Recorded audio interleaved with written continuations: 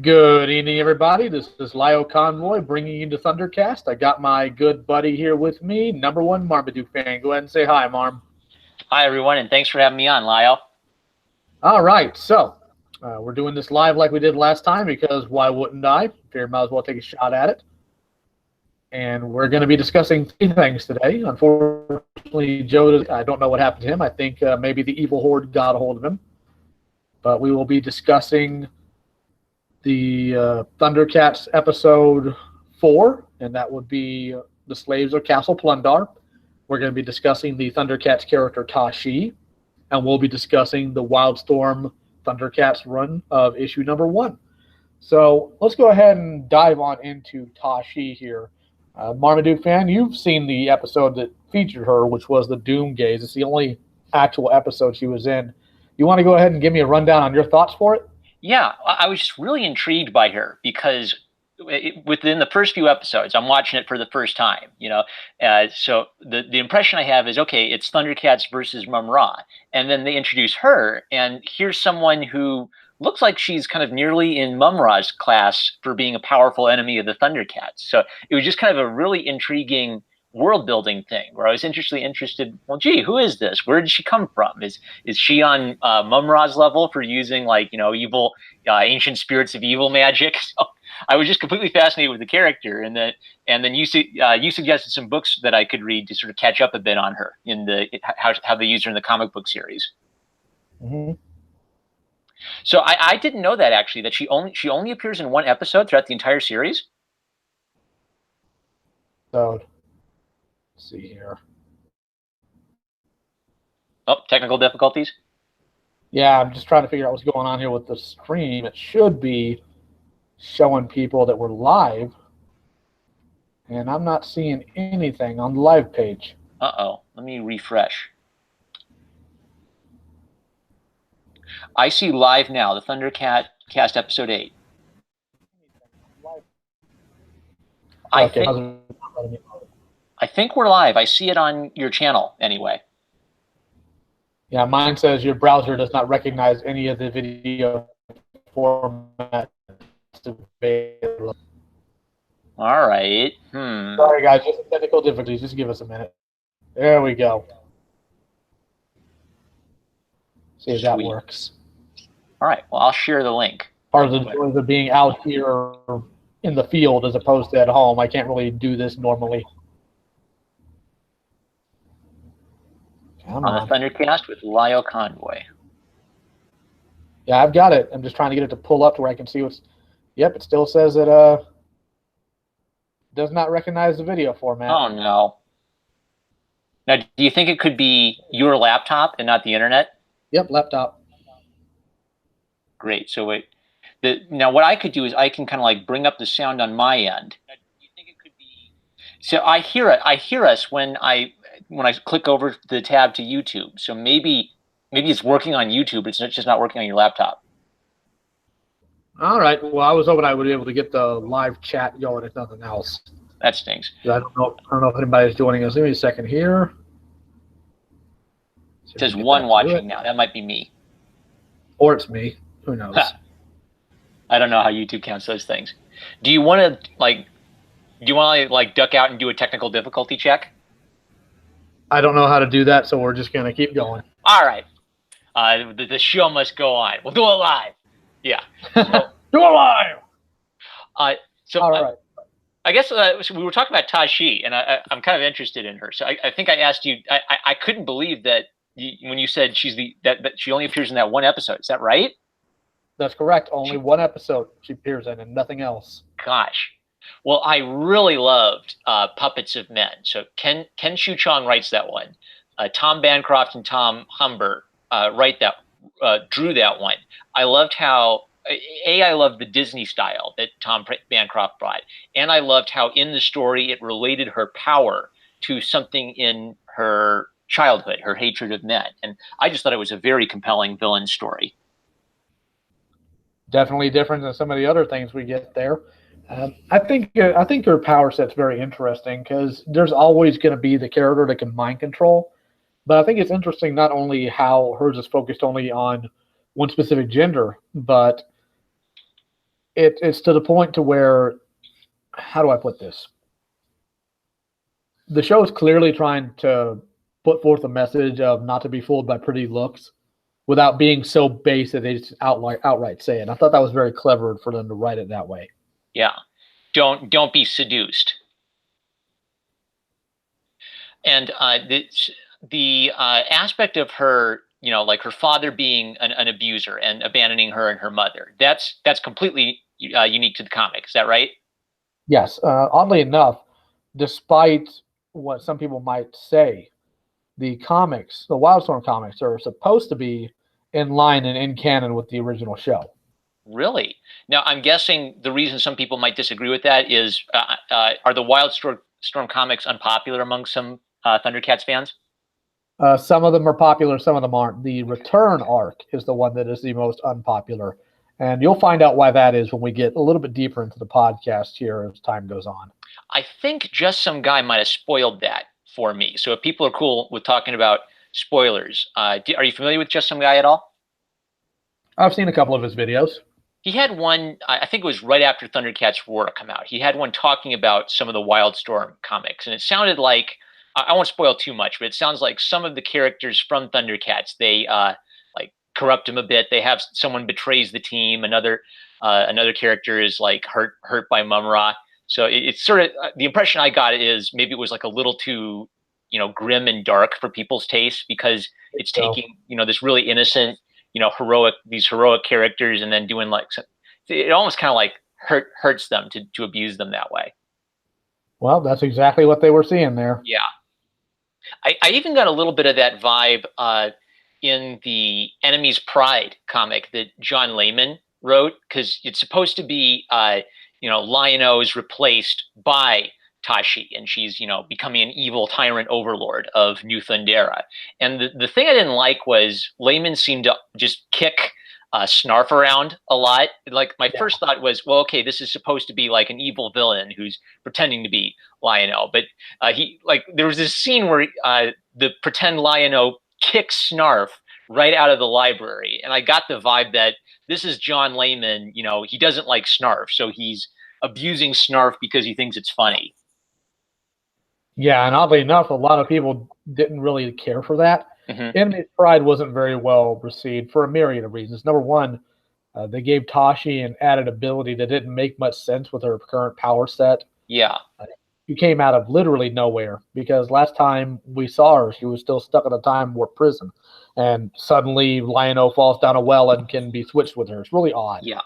I thought a more natural thing, since she can control men's minds, I thought a more natural thing would have been for her to, project her soul into Lion-O's body, right? Now, maybe Layman didn't want to have like a mind control aspect, because then you could just have like Lion-O, have, like you use his willpower to overcome her control. I actually would have liked that better. I would have liked it better if Lion-O used his willpower to overcome her mind control, rather than have this, switcheroo that she did, where she somehow dragged Lion-O into her prison and she somehow got out of her prison.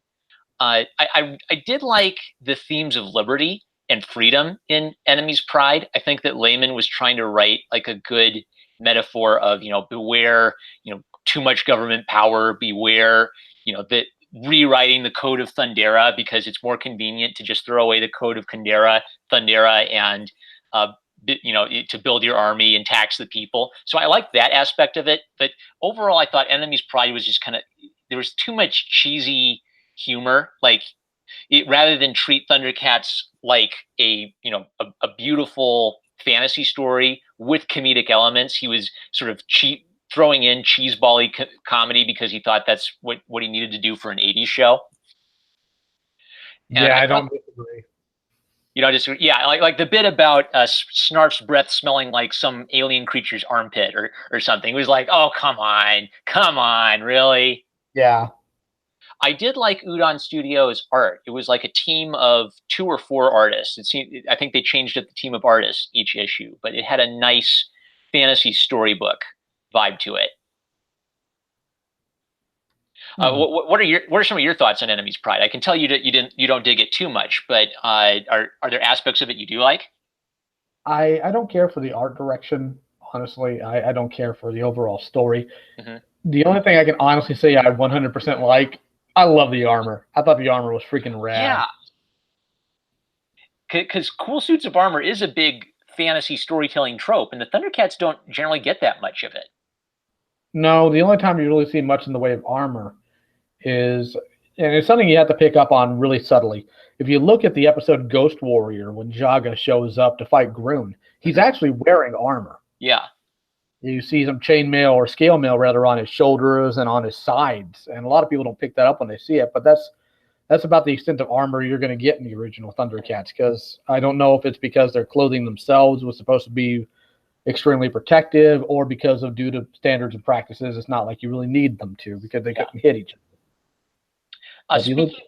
Go ahead. Speaking of clothing, this is something I've just been wondering, and maybe you know the answer for it in continuity. But so in the first episode, the nobles are not clothed, and then Jaga provides them with weapons and clothing. But I've noticed in some of the flashback sequences, it might have been some of the other stories that were in the same volume as Puppets of Men, like the other, what do you call them, flashback sequences. They'd show some Thundercats clothed. And I thought, well, okay, that's weird. Why are some Thundercats clothed and others not? Is it like a mark of nobility or something?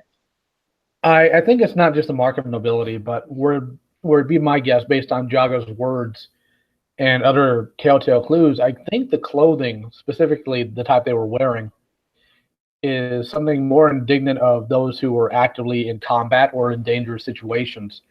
Because I don't think, despite the common belief, I don't think the Thundercats were naked in the first episode. I just think they were wearing some very specific, kind of onesie outfits. And when you see other flashbacks like Jaga and Groon and Claudus and the Thunderian Royal Guards, all the missions they hold are all ones that would be inherently dangerous just due to the position itself. So I think the Thundercat nobility, just in general, wore either tight bodysuits or even loose clothing based on what their job was. Because you'll see later on in the second season, you see some Thunderian countrymen, and they wear clothing, and some of which is similar to the clothing the Thundercats wore before they got their new fancy duds. So I think that's important because when I watched the first episode and I assumed they were naked, I assumed it was something like Adam and Eve, where it's the idea that the Thunderians are really, a pure society, almost like a society untouched by original sin. And so they're wearing clothes. It's sort of like being cast out of the garden. Now they need to clothe and protect themselves. But if Thunderians are shown wearing clothes, then they're a little bit more like a normal society, maybe something a little bit more connected with, what we're used to in real history. I have the same general thought. Especially considering a lot of the writers for the original Thundercats were, nothing else, at least aware of the Bible on a literary sense, because a lot of them were also knowledgeable about Arthurian lore, and that ties in its own way, I'm sure you know. So that's a fascinating tangent to go on, and it's something I think that requires a little bit more in-depth look. And if you haven't gotten the book about it yet, Marm, I really recommend you do so. I have bought it. It's on my Kindle, ready to go. Freaking rad. I've got a physical copy and the Kindle edition because why wouldn't I? So you want to go ahead and move into the episode discussion? Yeah. Well, could we just comment on Ed McGuinness real quick? By all means. So let's see here. That was for Wildstorm. So that was for the regular Wildstorm series #1. So I think that you were talking about some of your problems with the art for Enemy's Pride, and I enjoyed the kind of painterly style of it, but it was kind of uneven. What I really appreciated about Ed McGuinness, and his inker Jason Martin deserves a lot of credit too, is they look solid, they look incredibly heroic, and they actually evoke the idea of the characters on the TV show nicely. Maybe in contrast to the issue 0 with J. Scott Campbell, where he made them beautiful, but he kind of did his own thing. With the Thundercats, he made them like a little bit, I don't know, he made their expressions a little bit more over the top for issue 0. But in issue 1, it just reads like, it evokes the idea of the show while bringing Ed McGuinness's excellent figure drawing into it. So I'd have to say that starting with issue 1, I read more and more because I think it's become some top tier favorite comics already, just in terms of its art quality. Well, considering we went ahead and brought in McGinnis, I'm fine with just discussing the comic before we get to the episode. Yeah, that's all right with you. That's fine. All right, so need to give you a little bit of background here, since you're probably reading that comment wondering who the heck is Shadow Master and all this stuff. Long story short, in the second season, I'm going to try my best to avoid spoilers. The ThunderCats return to Thundera. It has reformed by way you will find out later. And because of where it's positioned, there's a lot of geometric forces and a lot of physical problems with it. So it's going to blow up again.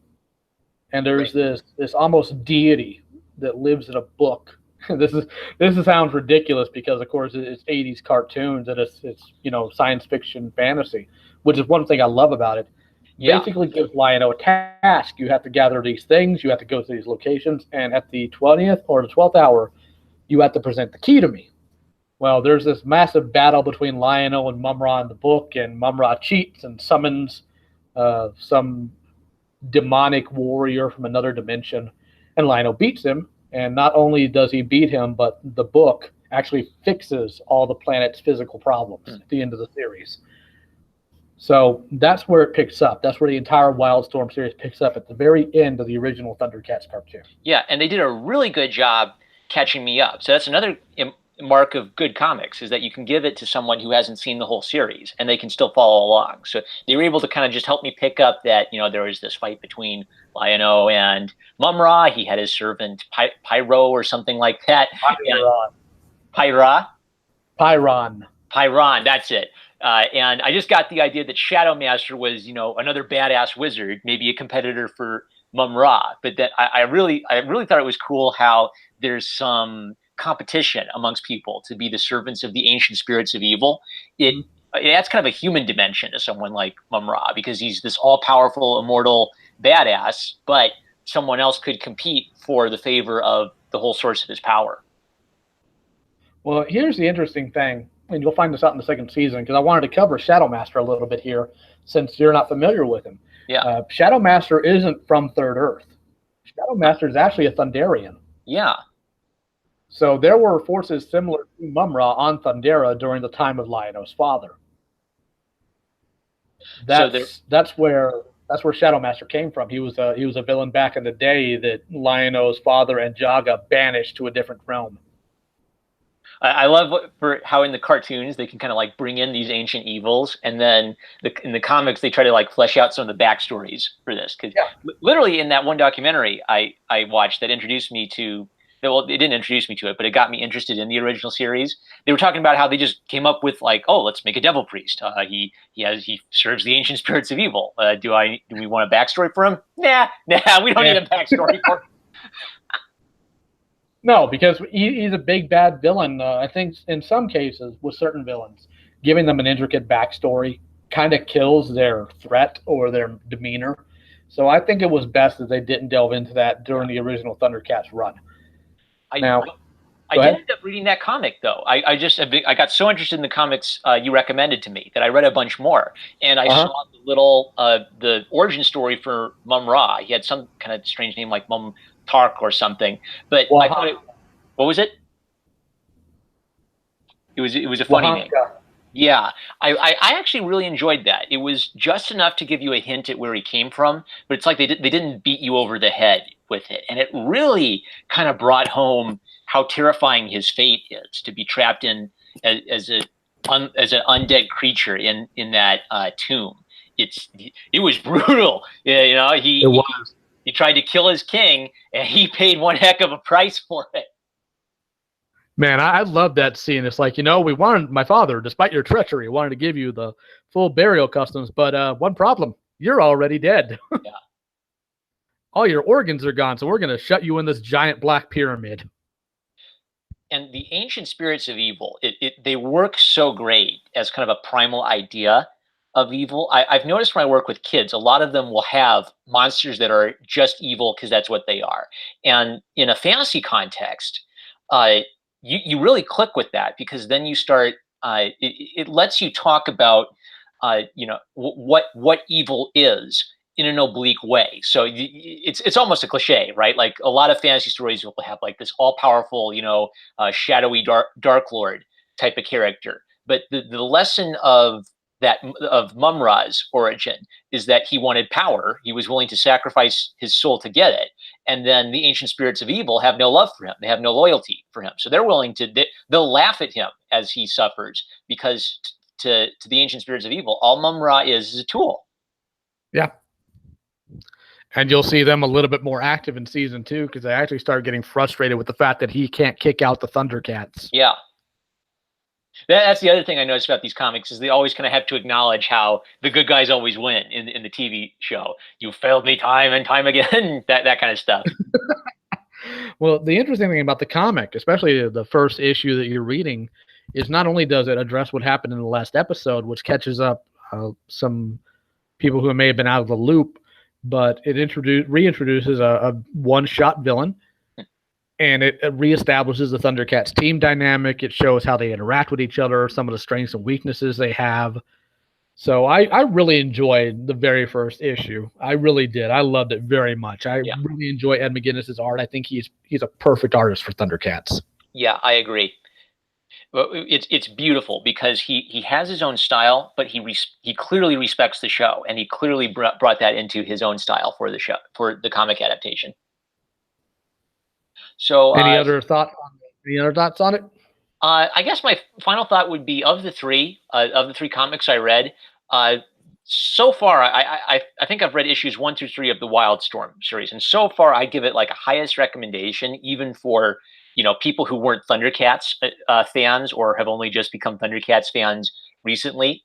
And the one-shot origins, villains, and heroes, I thought the whole book was excellent, and I really loved seeing Tom for me, it was kind of a pleasant surprise to see one of my heroes, Tom Bancroft, working on it. So Enemy's Pride, I can't recommend that strongly, but definitely high recommendation for Puppets and Men, and for the Wildstorm series so far. I enthusiastically recommend that to people. Let me see here real quick. I want to pull something up here, because I'm trying to remember something. So just give me a moment here. One shots. Okay. Trying to remember the other stories in that book you had. Let's see. Okay, that was the other book. That's good. There's another part to that series. It's called Heroes and Villains. You can find it in that same folder. But my favorite story, honestly, out of the ones that were there, since I know you've read this, I know you've read the entire book now, but I actually like all the stories. But overall, my favorite, other than the Grun Jaga one, would have to be the origin of the Sword of Omens, because in the show that was never touched on. Yeah. Which is really odd, but at the same time, I kind of respect it. The UK ThunderCats comic in the 80s actually had their own origin for it, which is very odd, but also kind of biblical in the way they pulled it off. But you ought to look at it sometime. It's really fascinating. But you ought to look at the second comic for this, Heroes and Villains, because it's got some interesting origin stories on that side too. I think I read Chitara's origin story. I was so not big on the art of that one. Okay. I thought it was a little, it was wonky. It was sort of like they were trying to emphasize the sexiness of the girl characters rather than kind of make it solid. It failed miserably at it. Yeah. Okay, so we're going to go ahead and move on over into the episode discussion about the Slaves of Castle Plun-Darr. What are your initial thoughts? I enjoyed this episode, and it had a couple, sort of goofy animation mistake moments. Like things like, characters were clearly supposed to laugh and then they didn't dub that in. Yeah. I'm OCD, so I noticed things like that. But one of the things I liked about it was it continued Lion-O's story of being a little too brash and having kind of an immature idea of what he's supposed to do as Lord of the ThunderCats. But that wasn't actually the thrust of the whole episode. It was sort of like one moment in the episode, and it's sort of like the plot of freeing the brute men, I think it is. Was it brute men? Yeah, that took priority. And in some ways, it's also sort of interesting as a writing example of working your moral into the story, because it was really obvious. Tigra looks to camera, and he says, rules only matter if people agree to follow them. Otherwise, they're just words. But I read that almost as maybe a commentary on the Cold War or something. Like in real world politics, our agreements with other nations don't matter unless they honor the agreements. That's actually one thing I really enjoyed about the episode is how much just random lessons they packed into every single bit. Yeah. I also liked watching Monkey struggle to deal with the two Thunder Kittens. That always kills me. That was really well. It was really exciting too. Like a treetop chase sequence. That was about as anime as it gets. That took 20 years before Naruto made hopping through trees a thing. I also like the fight between Slithe and Panthro because he tries to weasel his way out of it and fails miserably. Oh yeah. And it underscores sort of the pure idea of the ThunderCats' nobility. So Slithe says, "I am unarmed. Dare you face me the same way?" And then Panther just says, "I prefer it." And then he kicks his butt. It's freaking wild. But I also like how they touched on the concept of pride and that it shouldn't be taken too far. Yeah. And the fact that the ThunderCats, even when the Brute Men were being more savage and aggressive, they didn't want to hurt them because they knew they were innocent and weren't in control of their actions. So Lion-O's actions are admirable because he doesn't want to hurt them. He's just going to stand there on the rock and stare them down. But he doesn't want to hurt them, but he's also not going to run away from them. So then Chitara and the others try to intervene and get him to abandon ship. And his idea of leadership is, well, I'm Lord of the ThunderCats, so I can't run away. So he's very much. He's an admirable young man, but he's way too headstrong for his own good. And I really love how that continued the theme from might have been episode 2, where where Mum-Ra went after him, and he didn't want to call the ThunderCats for aid at first. Mm-hmm. It's like, nah, I got to face this random demonic entity alone. That'll show him a man. Yeah. and then he couldn't.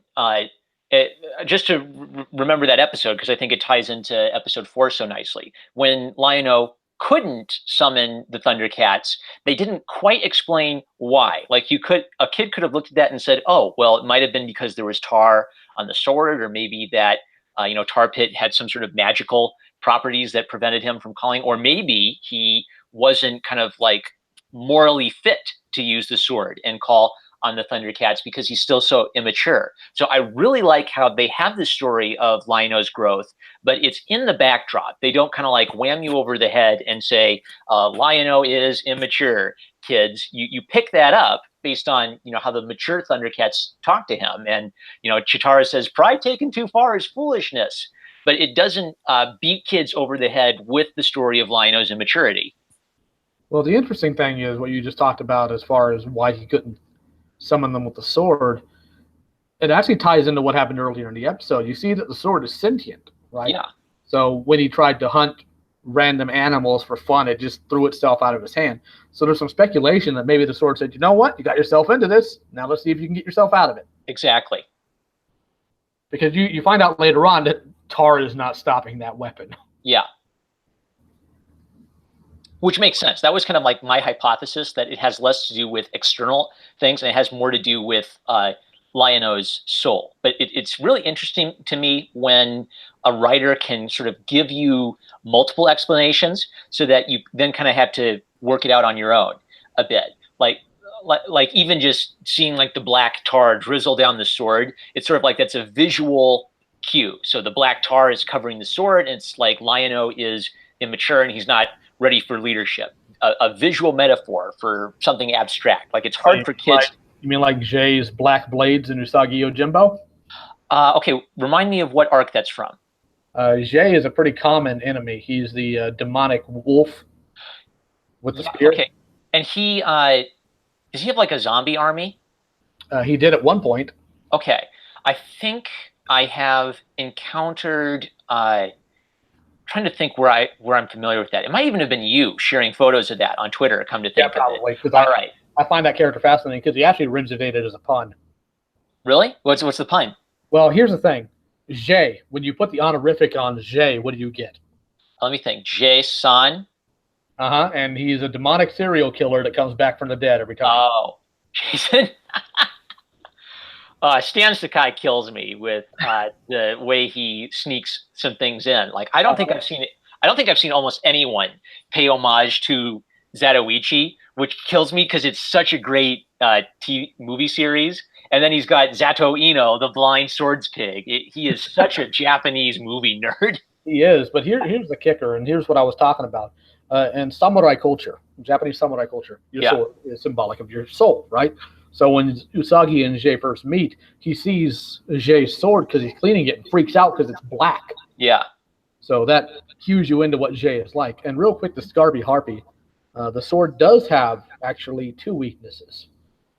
It can't be used against another ThunderCat where it self-destructs, and it can't be used for an evil deed. But that's more of something it's going to hurt you with, not it's going to hurt itself with.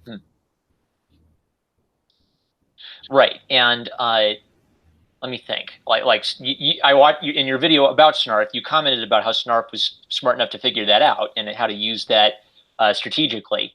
I'm trying to think where else. I think Snarf even mentioned that in Enemy's Pride, by the comic by John Layman. That's one of the things I liked, is that Snarf is kind of shown in character as being really smart and having a kind of a good understanding of the ThunderCats lore and history, and being able to use that to their advantage. Yeah, he does, and he has some really odd insight into how the sword operates, which you wouldn't think you would, considering even Tigress, like, I thought that thing was a myth, and here it is. It's just out of freaking nowhere. Nobody knows how it operates, but somehow Snarf can figure it out. Yeah. A scary harpy, I'm sorry. I don't know why I keep on pronouncing it Scarpy Harpy. Maybe because of rhyme. Do you have any insight on Slaves of Castle Plun-Darr that I might have missed based on kind of some of your reading about the behind-the-scenes stuff?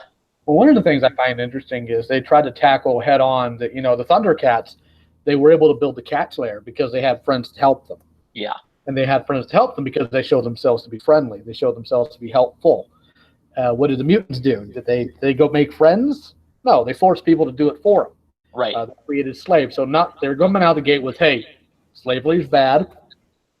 Don't be a dick to people.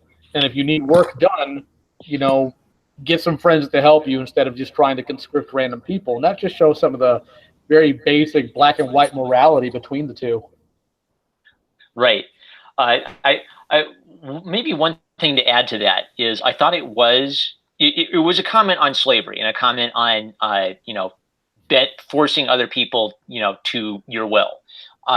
One thought I had is when I watch a lot of old cartoons, I kind of bring the woke glasses into it, because I kind of wondered, I wonder what a gender studies major would think of this. And what's the scene? It's the scene where Tigra says to them, "Go, beastmen, return to your peaceful, simple lives." And I was just thinking, oh boy, someone would get triggered by that, because what stops the Plun-Darrians from subjugating and enslaving these people is the ThunderCats' power. So because you've mentioned the connection to Arthurian legend, the ThunderCats operate by using their strength to defeat evil in battle. So there's this kind of Western vibe to how they take care of evil, and that's one of the aspects of the show that I really appreciate, that I think has become almost countercultural today. Like a version of that episode today might be they go sit down with the Plun-Darrians and encourage them to talk about their feelings and get the slaves released that way. I don't know. Steven Universe route. Yeah. While I don't downplay what they tend to label as emotional depth, I think there has to be at some point to where you say, enough, we have to use force here. And I don't necessarily think that's purely a Western idea. Mm-hmm. The Japanese were very fond of that idea just as long as we have been. Definitely. I think most society tend to at some point say, the way we're going to solve this is violence. Yeah. And let me think. For a children's fantasy, with these ideas of good and evil, I think that's really important, because then you see you see the literal sword fight between good and evil, but you also translate that as the idea of good over evil in your mind. So if there's a moral aspect to it, then not only do you see, okay, well, they're having a cool kick butt fight scene, you understand that the ThunderCats' way of friendship and freedom should be superior to the Plun-Darrians' way of conquest and torture and evil.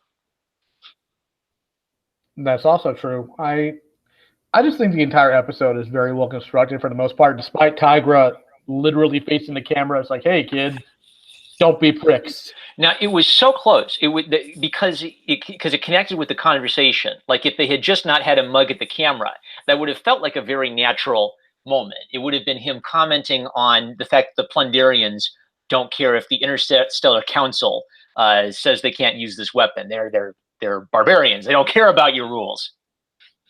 Do what we want. Screw your couch. All right, so I was interested in that too. Does this Interstellar Council thing or Intergalactic Council, does that ever get expanded upon? No. So much interesting stuff that doesn't get developed. It almost makes you wish somebody would pick it up who is knowledgeable about the property and actually write a show for it, doesn't it?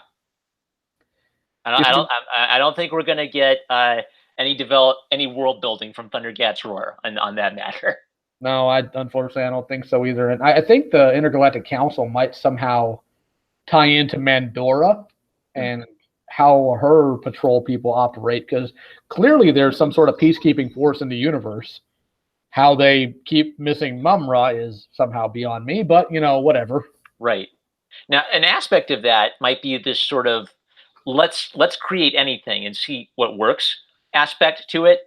I see it as similar to Samurai Jack in that respect. Samurai Jack, they came up with this world where they could have anything. And what I really love about ThunderCats is it's a sci-fi universe where almost anything could fit. There's all these alien races. There's, she sort of had a RoboCop vibe to her. Sometimes there's a more ancient fantasy vibe to it. Really, it almost anything could work in a ThunderCats story. That's because they tend to pretty seamlessly blend the fantasy with the sci-fi to a very interesting degree that I don't often see, honestly, in most media, just in general. He-Man to a point did it, but personally I think ThunderCats did it better. Yeah.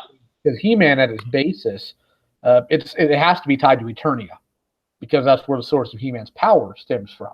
Mm-hmm. Whereas ThunderCats, Lion-O carries it on his hip. He can go anywhere with it. I did watch, you recommended that I watch The Toys That Made Us. I don't know if it was The Toys That Made Us or, the He-Man documentary. I Have the Power. Power of Grayskull, yeah. Power of Grayskull, yeah. So I watched that, and it was interesting because it helped me appreciate He-Man a little more. Like, most of my exposure to He-Man was like the hey, yeah meme.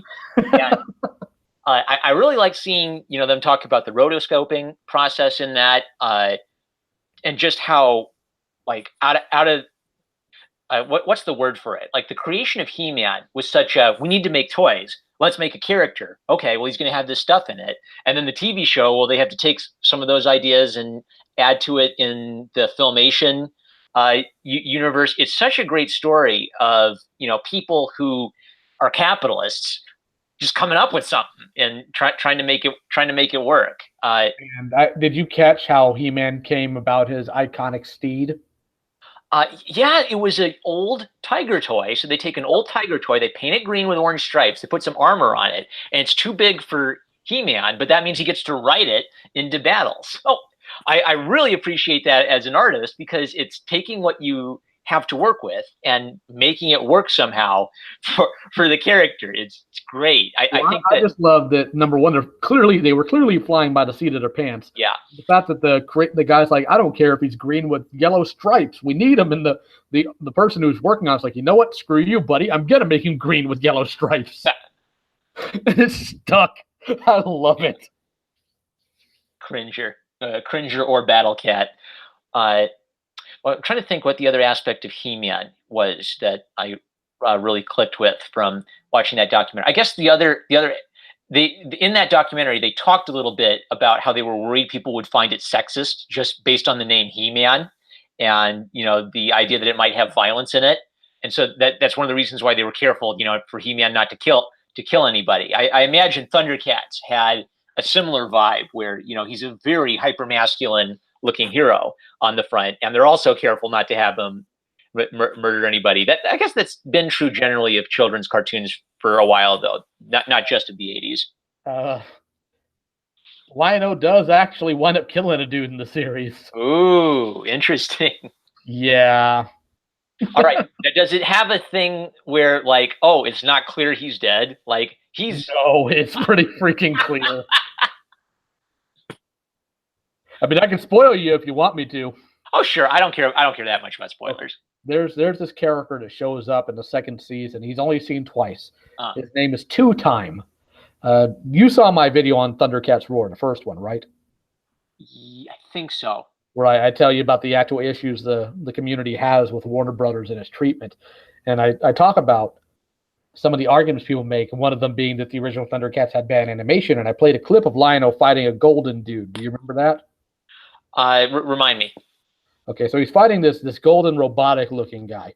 That guy is Two Time. Two Time is he's some sort of poacher. I don't know the right word for it, because he doesn't steal animals. He steals things like bodies of water, massive land masses, giant buildings. That's what he does. He's a massive thief.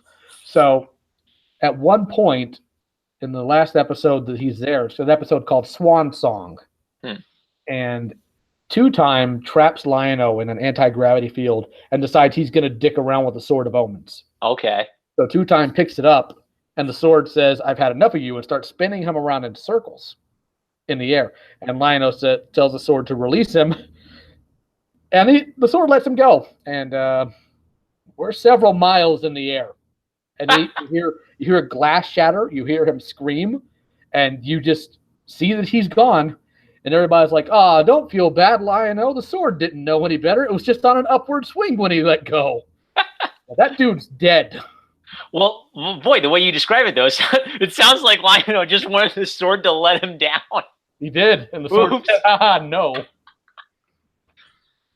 There's also some speculation that Rataro might be dead after the ThunderCats first or second season begins, because he's never seen after that.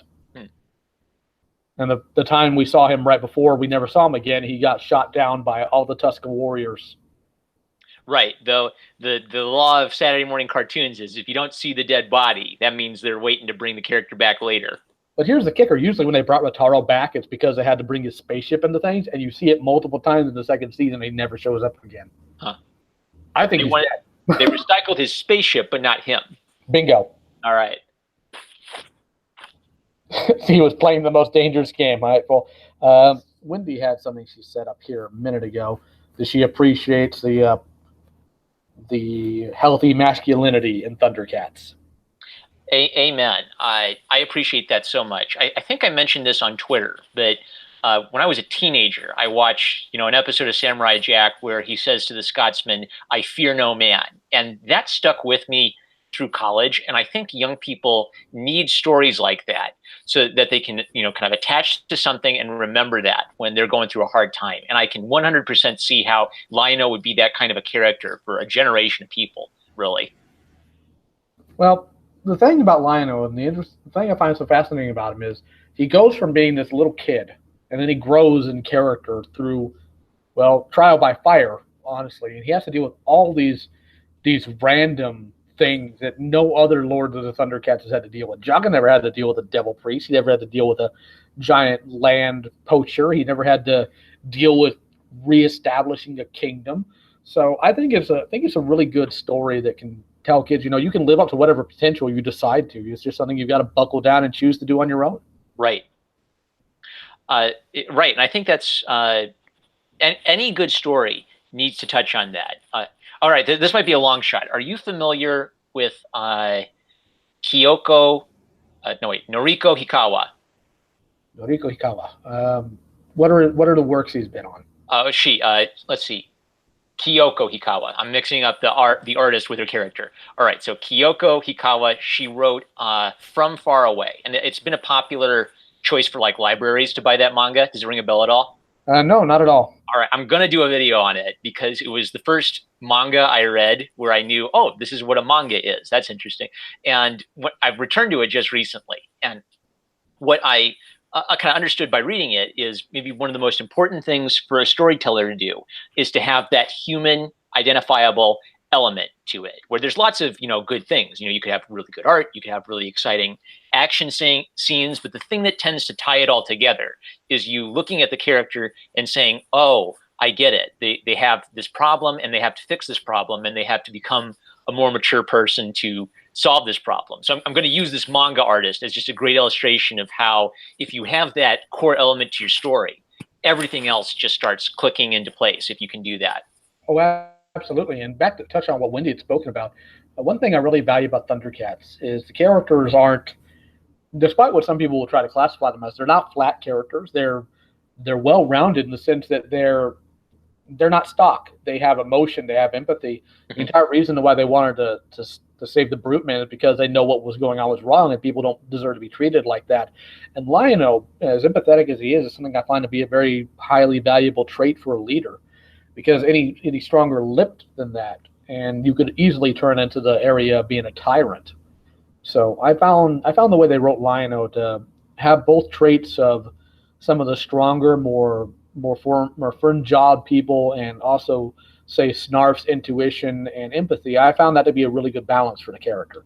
Oh, I had another question for you about how they pick the Lord of the ThunderCats.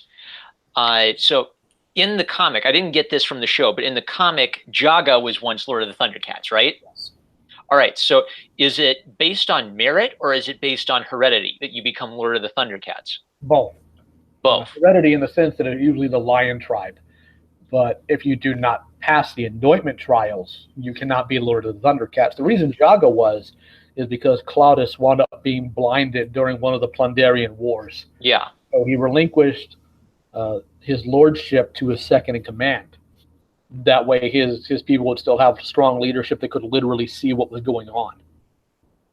So what's important about that is Lion-O is presumed to be the future Lord of the ThunderCats when he's a child, but it's entirely possible that he could fail his test and not be worthy of the role.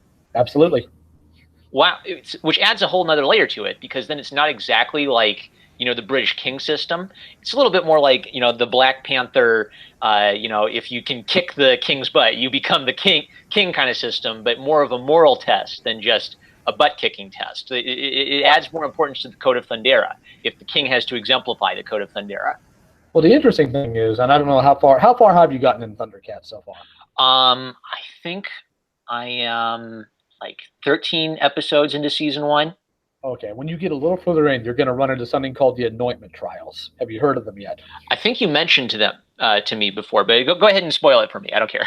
The anointment trials are something every Lord of the ThunderCats has to do. And that means he has to face and best all the people within his royal council. Ooh. And he has to do this, by the way, without any provisions, without any armament. The Sword of Omen stays in the cat, so you do not touch that thing during this. And at the end of it, you have to do the final trial, which is the trial of evil, where you face your strongest opponent and defeat him without any weapons. Now, the thing is, a lot of people on the outside look at that and say, oh, that's just a bunch of machoism. But the truth is, it's not. When you look at the anointment trials in a larger scope, what it's teaching Lion-O is the strengths of his teammates and how to utilize them properly. Mm-hmm. Like, he has to race against Chitara. So what does he do? Does he just try a head-on race? Well, no. Clearly, he's going to lose that. She's able to go 120 miles an hour. Yeah. So instead, he takes a more treacherous route to try to cut through the map. So he has to use his cunning. He has to use everything he's been taught by his teammates in order to best them, not so he can prove that he's better than them, which is something he actually brings up, by the way, but to prove that he's capable of leading them by knowing what they're capable of. Right. Oh, and Scary Harpy, real quick. Claudius's anointment trials, and Marm, you're going to see this when you read the other book. It was different than Lion-O's in the sense that Lion-O's trial of evil was having to defeat Mum-Ra, which was fun in and of itself, because when they say defeat, we know what they mean by defeat, and Mum-Ra's immortal. So that was interesting. But what Claudius had to do is he had to stand up and defeat his father, because his father was evil. And actually, that's where the Lord of the ThunderCats skipped over him. It went from Claudius's grandfather to him, because his father couldn't pass the trials, and you find out the reason why he can't is ultimately because he's evil. Yeah. So Claudius's task in his trial of evil was to defeat his father.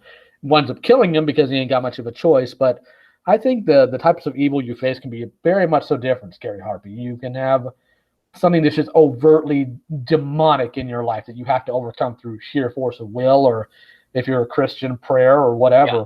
And then you can have the very physical man-made evil of somebody with wicked intention. Right. And by having it as a character, you can touch on both. So there's a sense in which Mum-Ra is abstractly evil as a concept. So you could see defeating Mum-Ra as defeating, the evil within your own soul, or conquering, something that's plaguing you. And you can read Mum-Ra as I call them like Genghis Khan type of characters. Characters whose evil reminds us that there has been like atrocious evil in the world. They put it in the context that it doesn't like terrify a child, but the child understands that there really are people who can have that sort of attitude of only they matter and they don't care about other people's lives. Yeah, pretty much. So I find it all very fascinating when a lot of people will just dismiss it as, oh, that's as a cartoon. Don't think about it. Well, why can't we think about it? It's art, isn't it? And it's story writing. Yeah. Sure, it's written both above and below the level of children, so they can understand it. But that doesn't mean we can't extrapolate something from it. Right. And I think that's key to everything. Like I think some people are a little fast and loose with how they talk about cartoons. Like they want them to be, oh, it's just a children's show. When what they mean is, shut up, I don't like your opinion. But they want them to be perceived as something important when they're talking about the importance of animation and supporting the animation industry. If you love animation and you love children's stories, then you have to appreciate that, well, okay, they are intended for children. That means that sometimes the ideas they present are simple. It's not as complicated language as Tolstoy or something, but you can appreciate them as an adult based on the themes, because the themes are always important. Mm-hmm. Absolutely. That's part of what broke my heart when during the whole ThunderCats Roar She-Ra debacle, one of the popular arguments was, well, the old cartoons were dumb and ugly anyway. I think that's the wrong way to defend the show. If you were defending ThunderCats Roar or defending She-Ra, I don't think the tactic you should use is to say the old show sucked and everyone should hate it. I think your tactic should be to talk about why a new show's design might actually be kind of fun, like maybe a reimagination of the characters in a different context. I think ThunderCats Roar is far too removed from the appeal of the original to work, but maybe there could be a reimagining of the ThunderCats where they don't look exactly like the original, but it still retains the I look at a lot of these things as sort of like artist problems. Like if you don't like a TV show, well, how would you fix that problem as an artist? What would your solution to the problem be? And so that's kind of why I started drawing the ThunderCats, because I was really interested in that. And then that sort of led naturally to me wanting to check them out and learn more about the franchise. Well, the interesting thing is a lot of people seem to think stuff like this exists within its own bubble. That He-Man wasn't influenced and doesn't influence other things, even to this day, when objectively He-Man's what influenced what even goes on with our market right now as far as toy sales go. ThunderCats alone gave Bob Camp his first job in animation. He currently works on SpongeBob. He also worked on Ren and Stimpy. The person who directed the opening, is the art director for Naruto and Bleach. Wow. Yeah, and you have a lot of animators in the show that worked on things like Fist of the North Star, Gatchaman, and all that other stuff. Yeah. Gosh, I love the creep over of talent, especially when there's like clearly a connection between the Japanese market and the American market where the lines blur. I've noticed that in the Batman comics in Japan, they would take direct inspiration and reference ideas from Western Batman comics, but then they'd reinterpret them maybe in a way that was a little bit more familiar to Japanese audiences. So it kind of illustrates how creative people, it's okay to take direct inspiration from someone you love. There just has to be a little bit of your own creativity added to it. There's nothing new under the sun. Yep. I mean, again, I was going at it on Twitter with a guy once, like, do you think, well, ThunderCats are clearly a ripoff of He-Man? Well, not really. If you actually look at both properties and you have knowledge on them, neither ripped off the other. Yeah. Sure, they both have buff guys and their underwear with magic swords, but I can take that back to Conan, and I can take that further back to King Arthur. So, yeah, ThunderCats could have existed without He-Man. He-Man could have existed without ThunderCats. Conan could have just dominated them both. It all depends. But Yeah. inspiration comes from a lot of things. And as long as you're able to work with it and add something to it, like you said, it's not so much of an issue. It's when you go direct one copy, there should be a problem. Mm-hmm. And I think that what's interesting is, like, do artists, do most of them just sort of tap into this subconsciously, or do they tap into it consciously? I remembered something. So from He-Man, one of the parts I didn't like about the documentaries where they talked about marketing it to children, and they kind of had this market research idea that children like to have power, or they like the idea of having power because, the parents boss them all around. So I have the power was like, it was present in all their commercials. They were kind of deliberately and consciously trying to tap into that idea for, young kids who want to feel powerful. It was almost the reason I say it was a little creepy is it felt like, wow, man, they got like, market researchers to test that and figure out what kids would like. And yet at the same time, it's also kind of charming because it's using, the child's desire to be, a super powerful, super big dude. And then they direct that into making He-Man a kind of noble, idealistic, pure character. So I guess it was sort of like a mixed set of emotions. Like on the one hand, I was a little creeped out by just how I love capitalism, but I love capitalism. But it was like, hey kids, go get your parents' credit card. Like kill your father almost. Skeletor commands it. Right. But then like they did the commercial of like the father playing with the He-Man toys with his kids, and the father, of course, played Skeletor, and the kids played He-Man. What I did like though is that something that's sort of true to life. In a lot of I worked in childcare for a while, and so in a lot of games, the kids want to be the good guys, and you'll be the bad guy, and they'll chase you and zap you, that kind of stuff. Mm-hmm. Absolutely. And that's one of the things about the He-Man concept that I really found fascinating is you had a lot of divergence in it. And if you ever read the mini comics, it's kind of funny because when you read them and you read the original mini comics, like, man, He-Man's just a really tough barbarian type guy. He's taking no prisoners. But then when the cartoon becomes the major thing, you see the comic trying to follow sway. Yep. And they contradict so often that it's almost a fun game of spot what's not right here. Yeah. So it can be really interesting if you look at it, because it's clear they were trying to market to an older demographic via the comics, but the cartoon took it in a different direction. I think that was a lot to Lou Scheimer's work, because that man definitely had a heart for kids, and you can see that in the Cosby Kids cartoon he did back in the 70s. Yeah.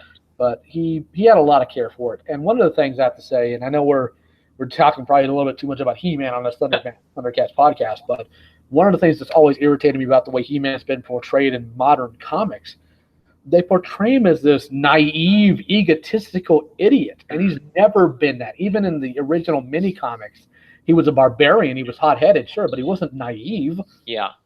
I feel like people let their impression of, the cheesy Saturday morning cartoon color too much their impression of the character. So then they're asked to do the adaptation of it, and they say, oh, well, it was a cheesy old cartoon, so I'll make fun of that. I'll make even if like it's like an adaptation of Scooby-Doo or something, like people have a tendency to make Scrappy-Doo a jerk on purpose because some people didn't like Scrappy-Doo and Scooby-Doo. I didn't mind Scrappy-Doo, and so they'll do that with like He-Man. Oh, he's kind of I dislike some of the things he does in the cartoon. Well, I'll make him a jerk, Well, the funny thing is, like if you look at the Filmation He-Man, the one scene that sticks out to me is the recent crossover they have with Injustice of all things.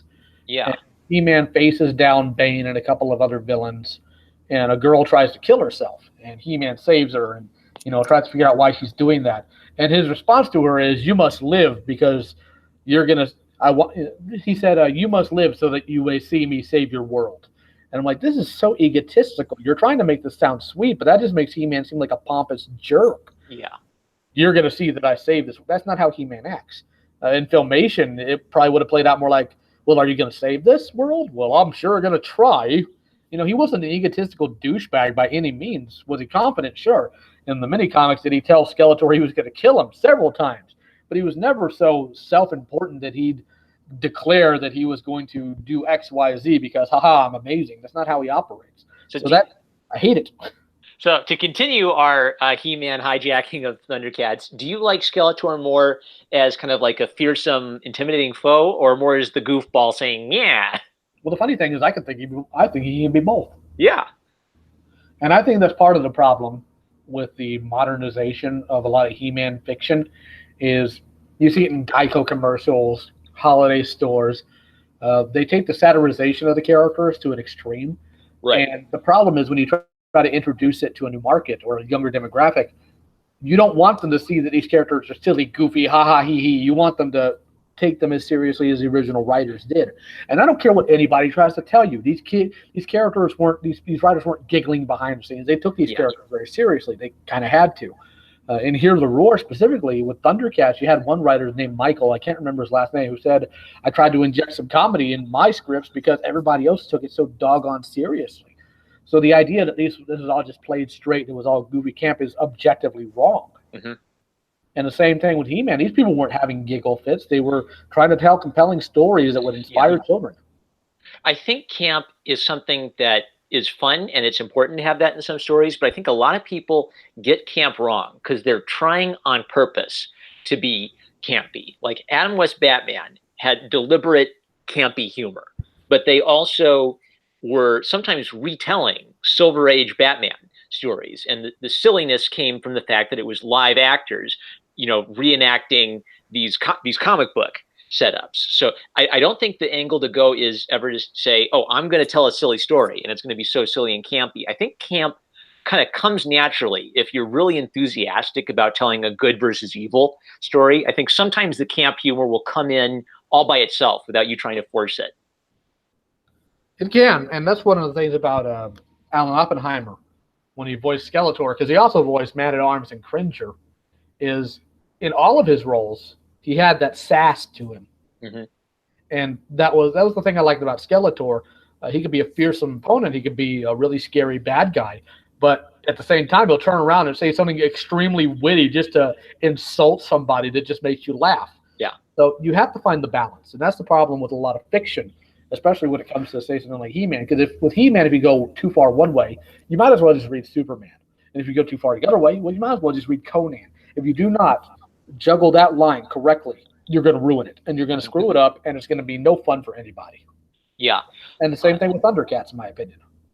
So now you're touching on maybe kind of an interesting dimension of these characters is like their power level and their personality type. Because like most good stories, I think, they have some basics like, you can't have your hero murder a bunch of babies or something. Like they have to have this like basic core decency or this basic core, admirable side to their character or their soul. But then beyond that, then you've got a lot of creative freedom to decide what type of personality they are. Like Prince Adam is kind of a little nerd before he becomes He-Man. That's a different spin on the generic boy hero character than Lion-O being a young man trapped in a grown man's body and having to mature. All the creative freedom comes in sort of like how you draw them, how they behave, what their mannerisms are, and how they deal with failure. So I don't think we're ever going to run out of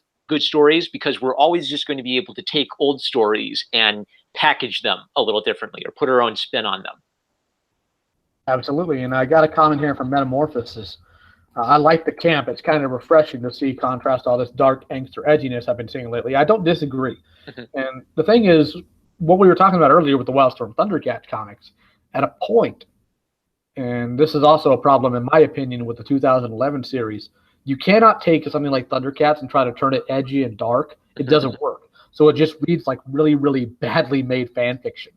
And that's part of the problem you come into with later runs and with the 2011 series. Is you have to take it seriously, but you can't turn it into edge, because you turn it to edge, it's pointless. Lion-O is floating around in space, somehow as air, holding a weapon that can literally hold a planet together. Yeah.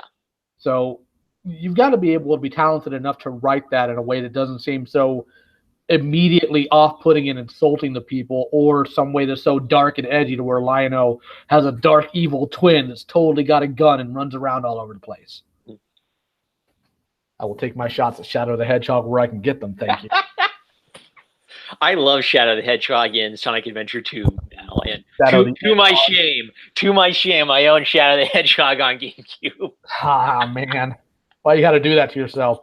All right, so let's go ahead and get a wrap up here. What do you want to talk about next time, Marmaduke, or anybody in the chat? Is there a character, a hero this time that you guys want us to talk about ThunderCats? How about you, Marm? You got any ideas? Let me think. I'm really digging the Thunder Kittens. I love. Maybe we could pick just one of them, but I'm so interested in how they, even in like the very first episodes, you so clearly understand who they are based on how gracefully they move around and the kinds of jokes they tell fit with their fighting style. So that'd be something of interest to me, is to talk about the Thunder Kittens maybe. Though if someone in the chat has a good suggestion, I could take that too.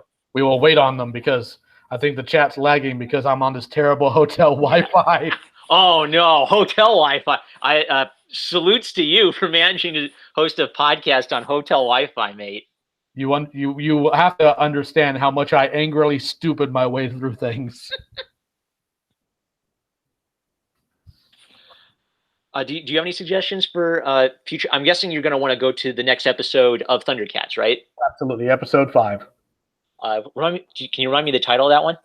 Oh, absolutely. Just let me pull it up real quick. Google, don't fail me. Oh, I don't need Google. I got them all on my phone, my dude. Nice. Because I am a freaking nerd. Oh, Pumra. Yep. Oh, that's a good one. Pumra. That's a really good one. That's going to be fun to cover.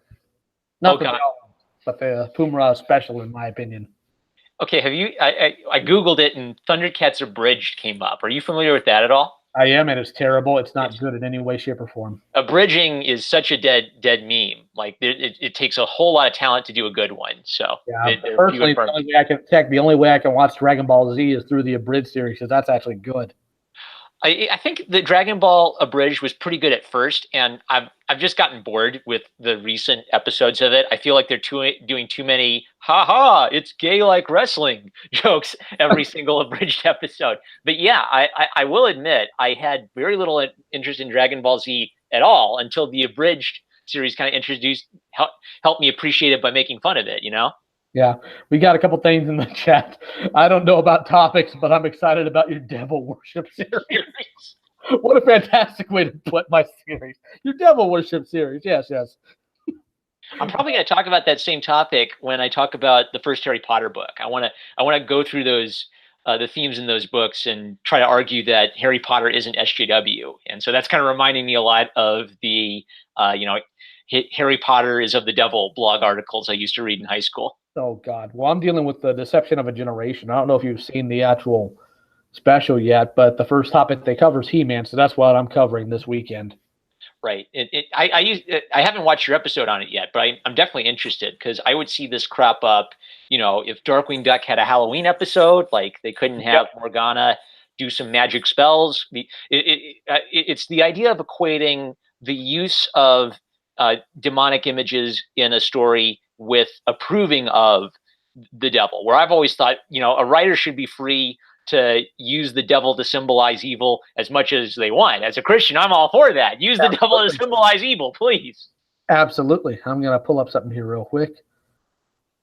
See if I can get this right. Since we have 3, doggone it. Since we have 3 recommendations, I'm going to see if I can do this right. I'm going to put it on one of these random selection wheels.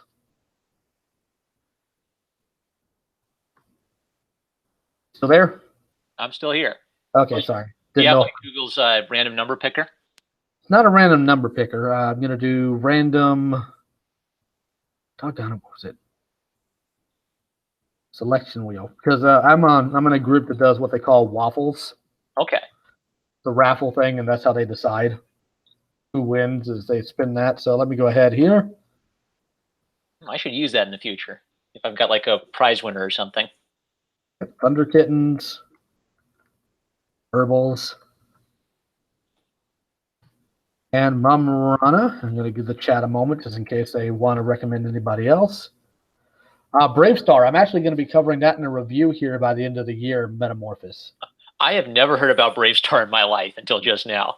Bravestar was a Filmation cartoon that took place after She-Ra. Uh-huh. It's one of the few cartoons that its main character is a Native American. Wow.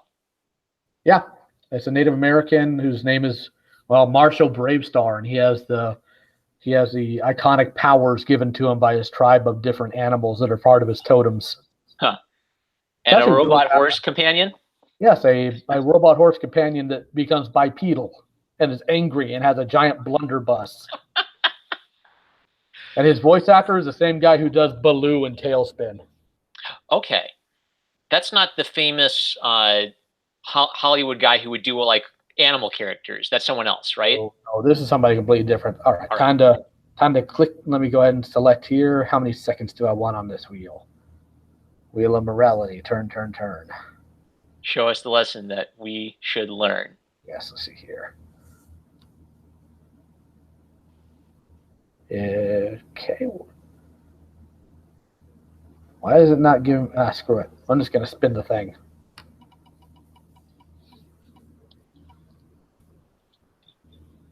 And we have a Mumrana. Mumrana. Mumrana. All right. That's going to be interesting when we cover her because not really big on her. But hey, we do what the people want, right? Do you, off the top of your head, do you know of any comics she appeared in? She did not appear in any comics. Oh, wow. That's going to be interesting. So we'll have almost nothing to go off.